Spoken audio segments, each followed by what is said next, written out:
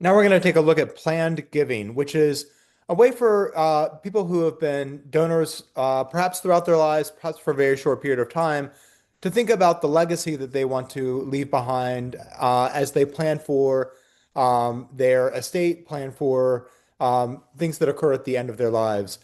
So it's an opportunity to plan a legacy and to plan the relationship between your organization and that legacy. It's an opportunity to build on existing investment. So these donors who've been investing in the organization throughout part of their lives get to build on that by committing a portion of their legacy to the organization. It's a declaration of intent, and as a declaration, ideally, it's a statement between the donor and the organization so that the organization gets to have a conversation with the donor gets to have a conversation with the organization about the possibilities for that legacy gift. And they can end the experience by signing a letter of intent, and there's a sample letter that you can download down below. It is not, however, a binding contract. So, in having a discussion between a donor and the organization about planned giving, even if it moves to the point of a declaration of intent that might be signed by both parties, that does not mean that it's a commitment per se. Um, the organization may no longer exist by the time the person passes. The person may identify other things that they want to prioritize in terms of their legacy over the years. And so they're not contractually bound to that declaration of intent. But there needs to be a relationship between the declaration of intent and the places where their assets are actually located. And the places that I would highlight are first and foremost their last will and testament, which is going to state something about their assets and where they would like to see those assets go after their passing. Um, if they have a trust, that trust potentially holds some of those assets, including a home and perhaps some other assets. And so the trust should also indicate where the beneficiaries of the trust would be or who the beneficiaries of the trust would be. The beneficiaries of the trust are different from the trustees. The trustees are likely to be family members or other close associates of the donor. And those trustees would have the responsibility of ensuring that the assets are distributed according to the wishes of the donor. And finally, there are sets of assets like retirement accounts and other types of accounts where beneficiaries are designated, and that's independent from things that you might state in your will or your trust. And so your retirement account and other large sets of assets should have those beneficiaries identified. And if you would like a specific organization to be one of the beneficiaries, that's a great place to do it as well. Um, a donor can identify beneficiaries in terms of percents of remaining assets or specific amounts or other ways of calculating how to do it. So it's not a singular way to approach it. Typically, at the moment when you form your planning for your estate planning, you don't necessarily know how much money you would have at that non-specified moment down the line. And so you're planning around possibilities, planning around percentages of assets and so forth. Um, so this is some information, some good information to understand about planned giving. I think there's a tendency to assume that it's a difficult conversation.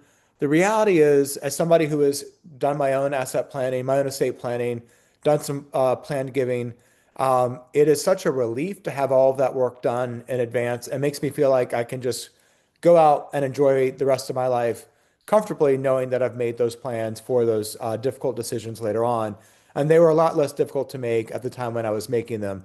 So, one, just as a thought for current board members, this is a chance for you to think about your own planned giving and your relationship to the organization right now, and to carry forth that message to others as you encourage people to engage in estate planning and planned giving.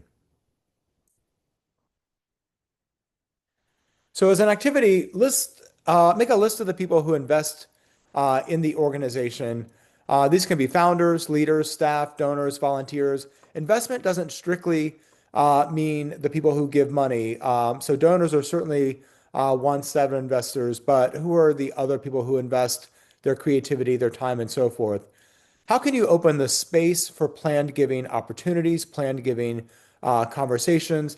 This includes things like sort of passive opportunities in your standard contributions or donations, spaces like on your website, in your annual giving letters, and so forth, where you can include a checkbox that says, "I would like to have a conversation about planned giving," for instance, and then that sort of is a way for the donor to signal that they're open to that. Maybe they would signal that before the organization themselves realize that that's an appropriate conversation to reach out about. So you want to create lots of opportunities, lots of spaces for that conversation.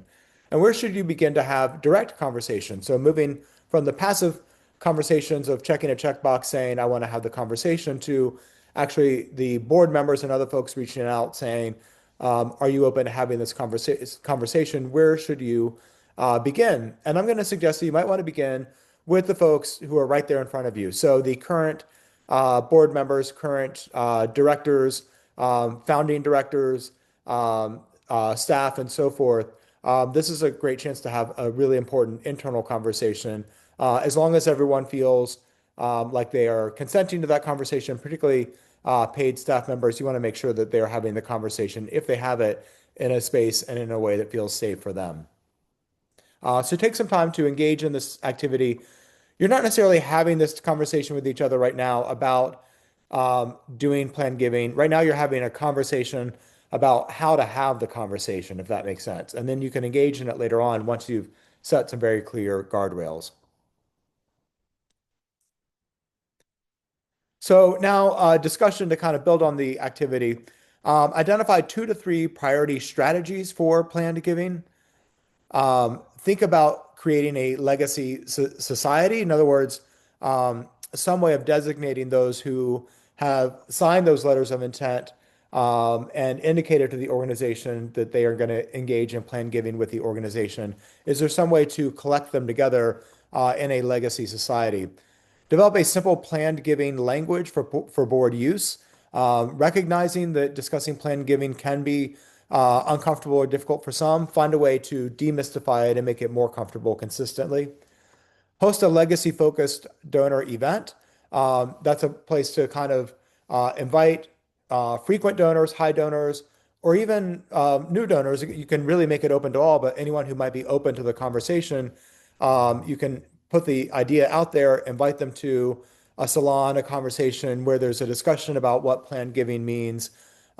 Even have possibly a lawyer or someone else who has experience in planned giving and someone who's engaged in planned giving for their own estate planning to talk about what that means for them.